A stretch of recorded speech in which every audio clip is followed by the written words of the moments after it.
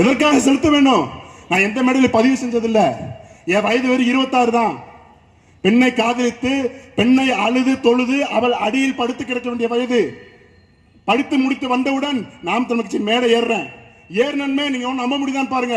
காவல்துறையால் 6 முறை கைது செய்யப்பட்டிருக்கிறேன். நான் வழக்குகள், சிறை, எத்தனையோ மேடைகள், ஆர்ப்பாட்டங்கள், போராட்டங்கள் அனைத்தும் என் மீது வழக்கு. என் அண்ணன் ஆசிக் மீது வழக்கு, சிறை.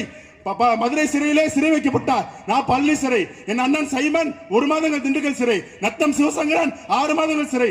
என் தோழர் அங்கராஜ் 4 மாதங்கள் திண்டுக்கல் சிறையில் அடப்பட்டு கிடந்தான். வடிவேல் சொல்லுவான்ல, இதெல்லாம் பார்த்து நான் கலங்கிட்டோம் நினைக்கிறீங்களா? இவ்வளவு வழக்குகள் 26 வயதில். எதுக்கு?